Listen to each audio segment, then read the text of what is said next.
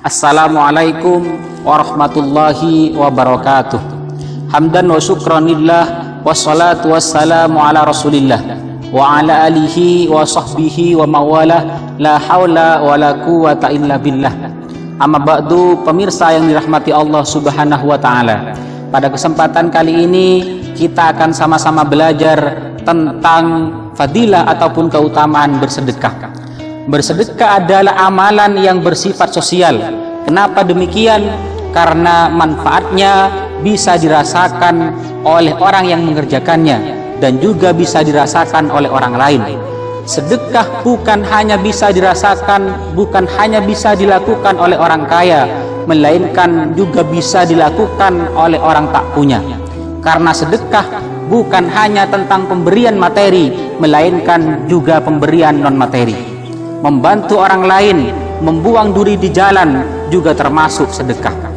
Sedekah bukan hanya dinilai dari segi ikhlas dan banyaknya nominal yang kita berikan, melainkan juga dinilai dari seberapa butuh orang yang kita berikan.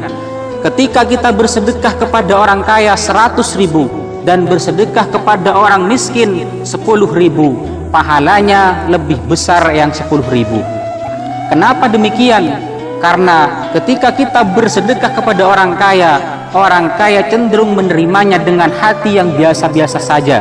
Dan ketika kita bersedekah kepada orang tak punya, mereka akan menerima dengan hati yang sangat bahagia. Itu yang menyebabkan sedekah 10.000 lebih besar pahalanya dibandingkan 100.000. Lalu apa saja fadilah ataupun keutamaan bersedekah? Yang pertama adalah Allah menutup 70 pintu keburukan kepada orang yang bersedekah. Nabi Muhammad bersabda, as-sadaqatu tasuddu sab'ina baban minassu. Sedekah bisa menutup 70 pintu keburukan. Yang kedua adalah sedekah bisa menolak mati buruk.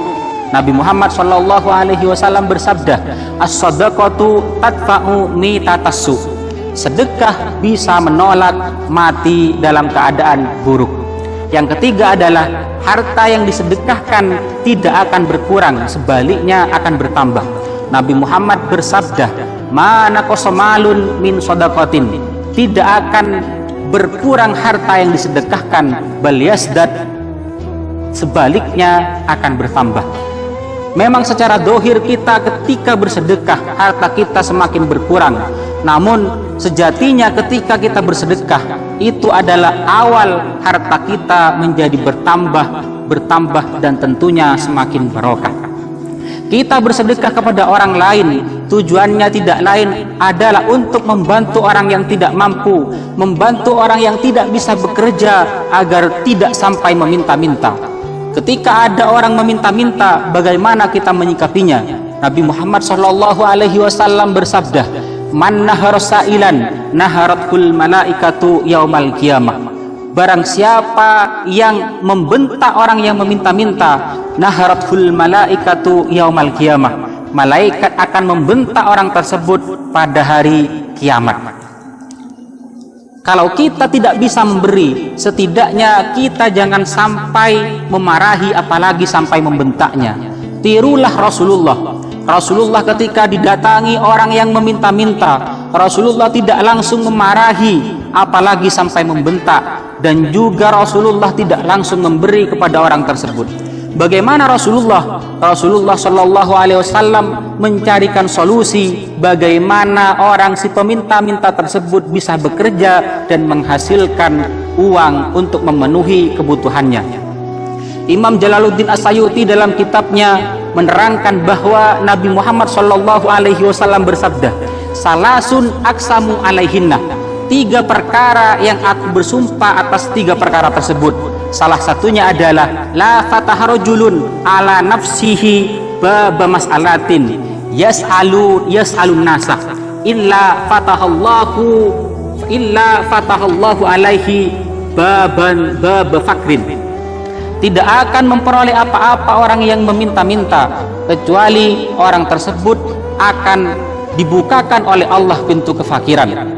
Hadirin pemirsa yang dirahmati Allah subhanahu wa ta'ala, dari uraian ini dapat kita simpulkan bahwa pertama, perbanyaklah bersedekah, terutama kepada orang yang membutuhkan.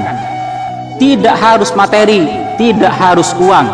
Yang kedua adalah janganlah sampai meminta-minta, karena meminta-minta sangat tidak dianjurkan, dan tentunya seperti tadi membuka pintu kefakiran. Mungkin hanya ini yang dapat saya sampaikan, semoga bermanfaat. Kurang lebihnya mohon maaf. Wallahul muwaffiq ila aqwamit thoriq. Wassalamualaikum warahmatullahi wabarakatuh.